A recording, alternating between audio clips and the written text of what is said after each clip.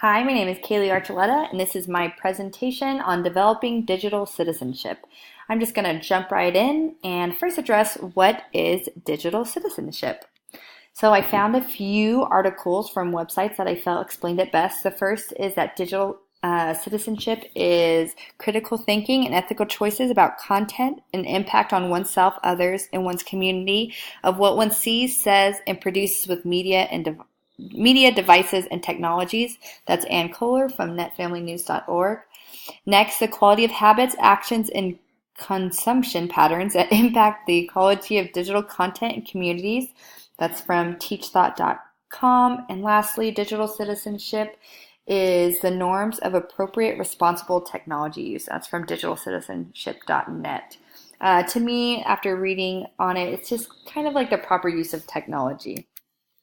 Now that we know what digital citizenship is, I'm going to discuss what it means to be a good digital citizen today.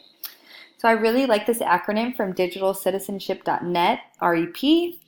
REP, R stands for respect, E for educate, and P for protect. A good digital citizen should be respectful, educated, and know how to protect themselves and others. Now, under each of these principles, there are 9 themes. The first 3 under respect are digital etiquette, which is the electronic standards of conduct or procedure. Digital access, being aware not everyone has the same access to technology, but it's something that should definitely be strived for.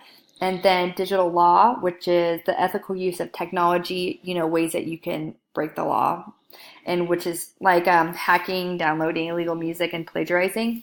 The next 3 fall under educate. There are digital literacy. This is teaching and learning of and about technology and how to use it. Digital communication, the electronic exchange of information. So this is communicating with others through email, cell phones, and social medias, and also collaborating with others using technology. And then lastly on that one is commerce, and this is buying and selling of goods. Also how to be effective digital consumers. Finally, the theme that falls under protect is first, rights and responsibilities. Basic digital rights like right to privacy and free speech are important for students to know, or anyone to know.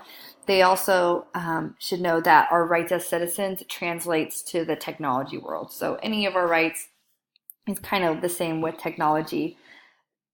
After that, safety and security. This is a way a person can protect themselves electronically. For example, learning about virus protection and backing up data.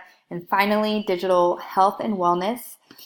This is the physical and psychological well-being while using technology. So being aware that you can actually get physically harmed, like your vision and hearing and different things like that. And also that technology can be addicting. And so kind of learning ways, or being aware of that and learning ways to combat those things. So these are all the elements a person should learn to become a good digital citizen. Now that I'm going to go over ways we as educators can help develop digital citizenship in our students. So when it comes to covering the different elements of digital citizenship, there's no right or wrong way to do it. But you don't feel like you have to cover them all also. So I have found a few articles that I really liked. One is from teachhub.com, and it talks about, called How to Teach Digital Citizenship, and it breaks things down per grade level and ways you can teach it in the classroom. And then also from commonsense.org, they have like a digital citizen curriculum that you can actually be trained on. Now, it's not the 9 elements, there's 8, but it's pretty similar. It seems very well. I looked through it and it looked pretty good. So now here are some tips on how to start teaching digital citizenship in your classroom.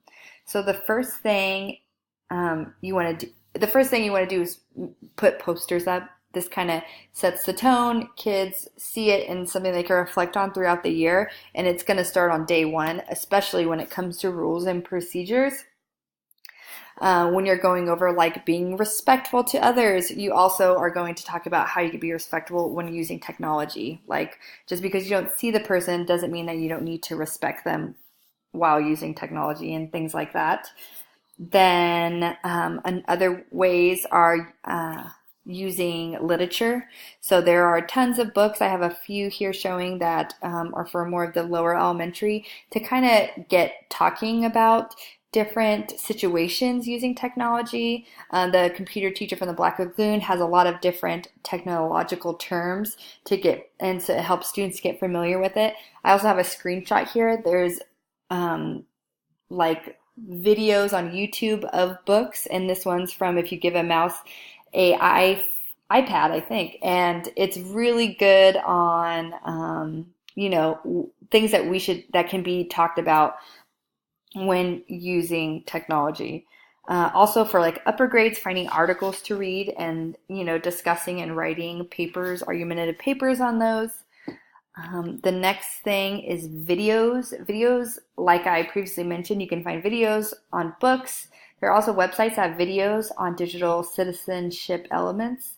A couple good ones are Thank You Know and BrainPop. And then last but not least, there are tons of games on digital citizenship. Just do a simple Google search, and here are some that I found, which is citizenwise.org and then brainpop.com. That's just has a lot of resources on digital citizenship. Well, that is it on my presentation on developing digital citizenship. I hope you received a good foundation of knowledge to start implementing digital citizenship lessons in your classroom. Thanks.